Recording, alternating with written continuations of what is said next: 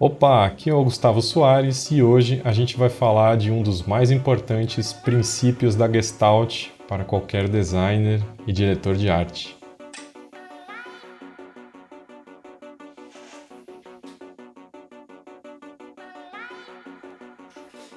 Gestalt é uma linha da psicologia que foi desenvolvida na Alemanha ali no começo do 1900, passou muito tempo só dentro ali da Alemanha e ela, para o que a gente vai falar aqui, ela tem uma investigação, uma linha de investigação muito especial, porque ela trabalha as maneiras, os princípios que regem a nossa percepção e a nossa percepção nos mais variados campos, quer dizer, eles desenvolveram teorias sobre como a gente percebe som, como a gente percebe movimento e, claro, como a gente percebe formas, que é o que mais impacta no nosso trabalho. Dentro dessa investigação deles, existem princípios que eu acredito que você já conheça, você já tenha pelo menos visto eles, né? Essa palavra é muito específica, né? Gestalt, ela não se traduz.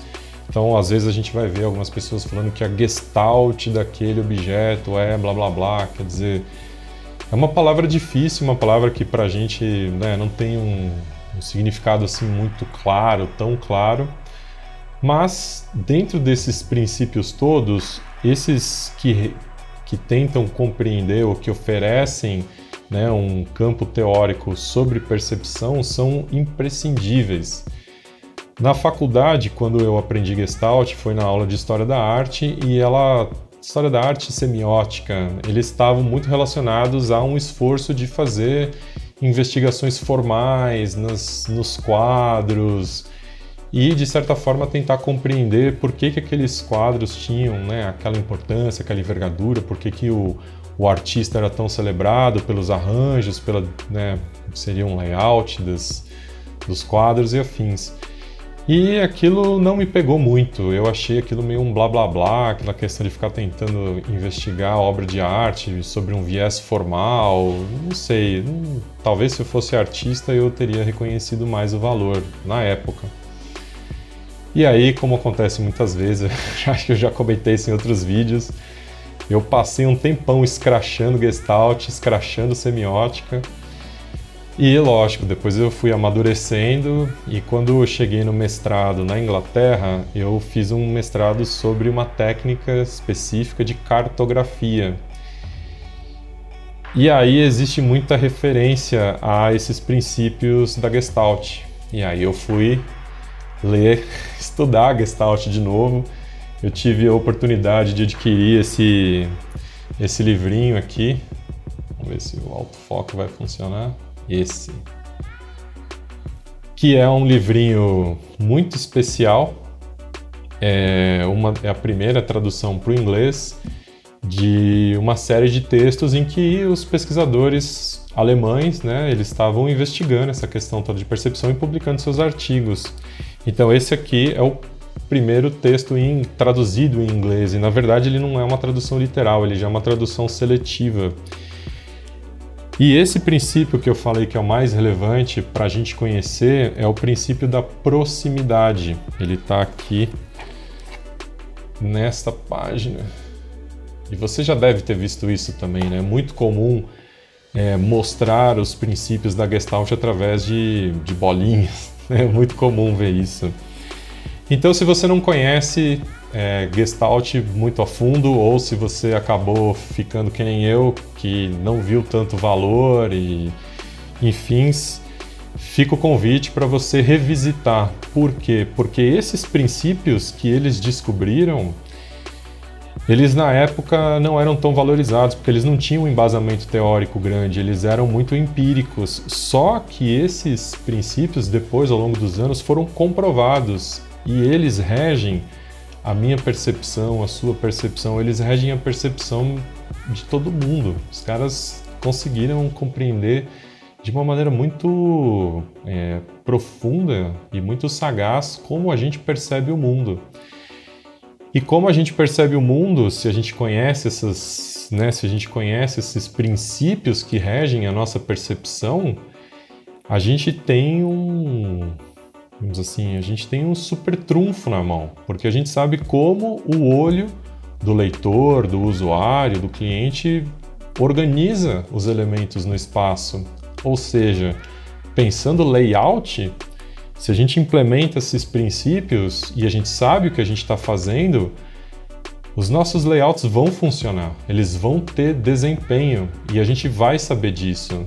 E a gente vai saber quais são os princípios funcionais que regem esse sucesso. Então eu falei, hoje eu vou comentar sobre o princípio de proximidade, porque ele faz parte de uma epifania muito grande que eu tive lá no mestrado e depois eu vi ele acontecer num projeto de jornal do estado de São Paulo, que comprovou assim de uma maneira muito bonita isso que eu vou mostrar. E depois eu vou te dar alguns exemplos aqui de aplicação prática, né? Lugares onde eu aplico para você ver isso de maneira concreta. Então, aqui eu estou usando bolinhas também, né? Bolinhas azuis.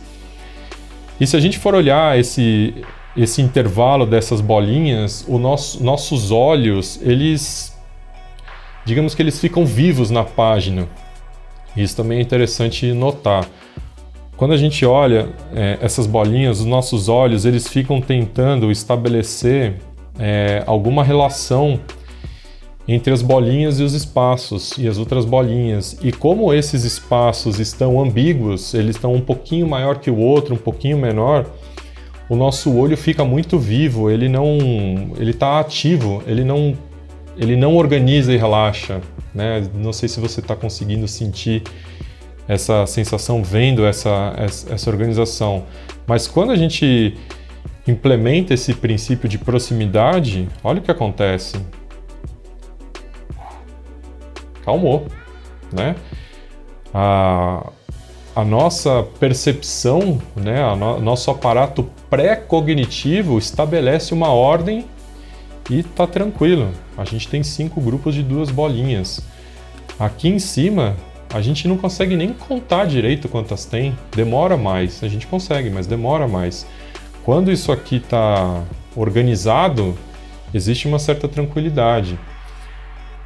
Então não é uma questão de mérito, precisa ser organizado, não precisa ser organizado. Não, essas duas coisas são fundamentais, porque elas são ferramentas para o que a gente quer fazer. Se a gente quer fazer uma página, ou se a gente quer fazer um layout em que haja dinamismo e ritmo, a gente já sabe uma ferramenta que pode ser utilizada, uma técnica que pode ser utilizada. Em contrapartida, se a gente quer gerar um layout em que as coisas estão claramente estabelecidas e não é importante ter agitação, é importante encontrar as coisas de maneira rápida, o que seria talvez uma interface, projetos de design de informação, então esses princípios são fundamentais e trabalhar essa relação é muito importante. Né? Então olha a diferença que dá. A única coisa que muda aqui é a distribuição dos elementos no espaço, e ela comprova para você claramente o quanto que quando os elementos estão próximos, eles tendem a ser percebidos como grupos. E aí eu tô te mostrando como bolinha, né? Mas um dia rolou um momento Shazam assim, uma epifania louca, e eu falei, caramba, esse troço tá presente na vida de todos nós de uma forma que a gente não vê, a gente não percebe, mas dá uma olhada nisso, né? Lê essa frase. O que está próximo tende a ser percebido como grupo. Olha lá agora. A única coisa que mudou foi espaço branco. O espaço entre as palavras é o que configura palavras. É princípio de proximidade, assim, mais escancarado, é impossível. É impossível. É muito ouro. Isso é ouro na nossa mão, para quem trabalha com layout. Não tem o que dizer. Um pouco de espaço, um espaço a mais entre elementos, vai fazer com que eles sejam percebidos como grupos distintos. Isso é, assim, precioso demais. Vamos colocar isso de uma maneira um pouco mais concreta, né? Então, aqui a gente tem um exemplo de 4 colunas. 4 colunas que tem o mesmo gutter, né? Então, gutter é esse espaço entre colunas. São 4 colunas, como elas têm o mesmo gutter, elas vão ser percebidas como um único conteúdo. Mas, no projeto do Estadão, do Estado de São Paulo, do jornal, eu não sei se é o projeto atual, mas é um projeto talvez de 10 anos atrás, quando reformulou, que eu acredito que ainda talvez seja o mesmo. Uma vez eu estava, né, eles acabaram de mudar e eu estava estudando esse projeto, eu estava desconstruindo ele, vendo colunagem, vendo tamanho, fonte, eu estava estudando o redesenho do projeto. E aí na capa, né, se eu não me engano era uma estrutura de 5 colunas na capa, e tinha lá, na base, tinha lá uma matéria de 3 colunas e ao lado uma outra matéria de 2 colunas, no rodapé, né? Então tinha 3 e 2. E aquilo me chamou a atenção, porque não tinha nenhuma barrinha, nenhum fiozinho. Hoje, no editorial é muito comum usar fio. Lá não tinha nenhum fio, lá tinha um espaço a mais. Só. E não havia dúvida, eram 2 conteúdos distintos. Ou seja, só da gente dobrar o gutter, que é o que está acontecendo aqui, a gente já gera uma situação de 2 conteúdos. Podem estar relacionados, podem ser 3 conteúdos de matéria, um espaço, uma coluninha menor de um conteúdo adicional. Mas são 2 coisas distintas, né? Então é fácil ver aqui, ó, são 3 colunas com o mesmo 2 gutters, né, 2 intervalos de gutter igual, e de repente o outro gutter é dobrado. Aqui talvez não esteja dando para ver tão bem, porque está totalmente isolado e só tem esses elementos. Mas quando a gente coloca isso numa situação ainda maior, né, de mais colunas e de mais elementos, isso vai se tornando mais aparente. E aí o que era uma técnica lá que eu vi, que eu achei super curiosa também, é que essa largura, né, dobrada, ela na verdade come o espaço da primeira coluna que vem depois. E não é tão perceptível quando a gente está olhando o layout e tal. Então é um recuo do gutter, né? A gente dobra essa largura e ela come um pouquinho da coluna e funciona super bem, né? Eu vi isso, eu estudei, eu achei assim absolutamente sensacional, e todos os meus layouts, quando estou numa situação similar a essa, eu implemento isso porque eu sei que isso funciona. E eu sei que isso funciona para mim, para você e funciona para todo mundo. Então essa aqui é uma página de um layout que foi meu último especial para Super Interessante, é um especial de tecnologia. E aqui, ó, tem muitos elementos. Então a gente tem a matéria principal, ela tem como se fosse um box, né, 2 boxes, 3 boxes, que são variados, né, conteúdos variados. Então aqui tinha uma questão de falar que você tinha um aplicativo para provavelmente controlar o carro, ligar, desligar. Aqui tinha um outro box que falava sobre, né, comparativos. Esse aqui também era uma tabela comparativa. Aí a gente tem um rodapé aqui que é um gráfico de evolução e um box da página toda, que não é um box da matéria, né, era um box da página com conteúdo adicional. Então, são muitos elementos na página para serem controlados e, de certa forma, existe aqui, claro, cor de fundo, box, existe uma série de questões, mas uma das questões que mais ajuda a nossa percepção a olhar essa página e agrupar os elementos é espaço branco.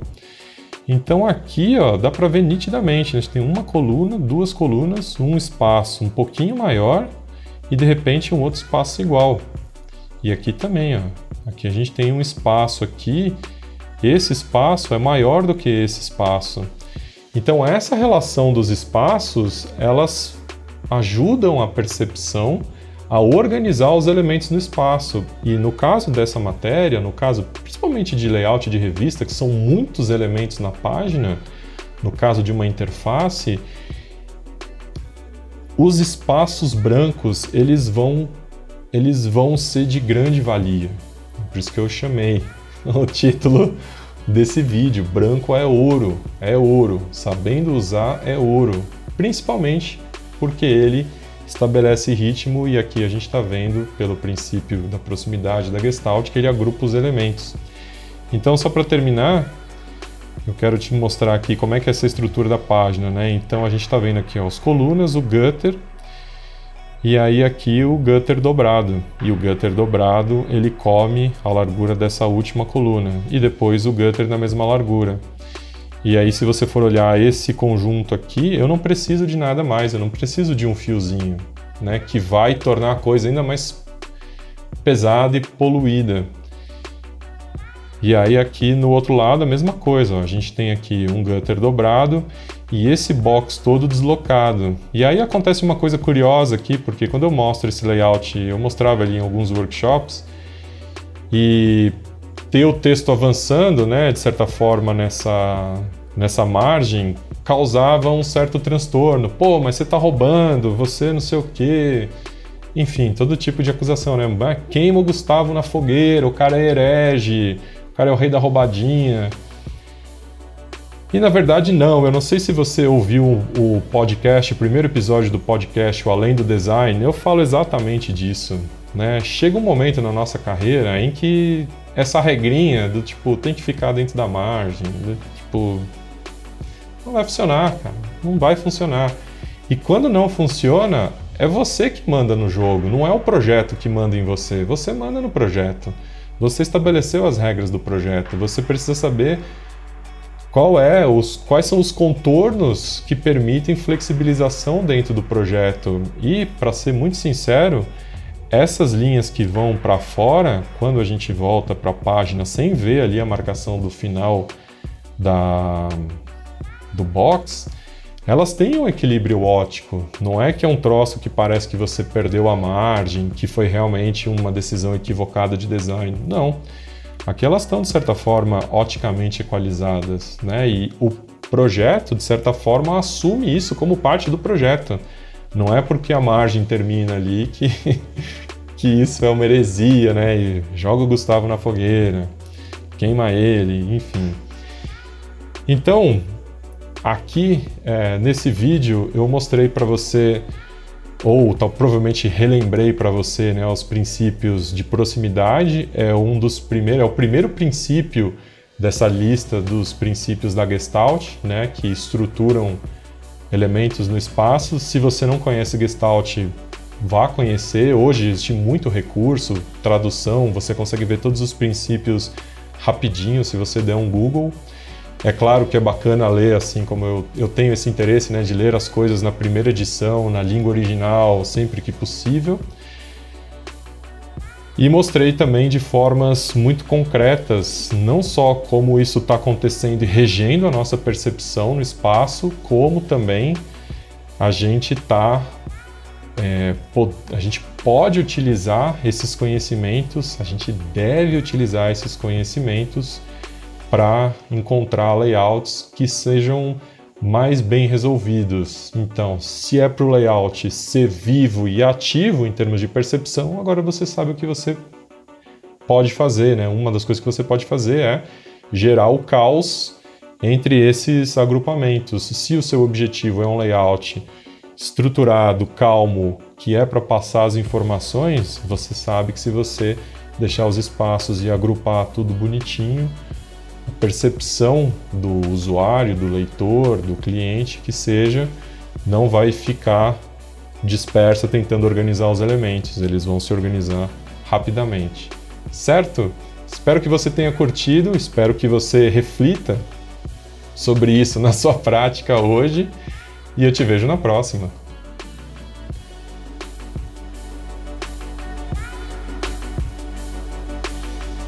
Bom, Gestalt é uma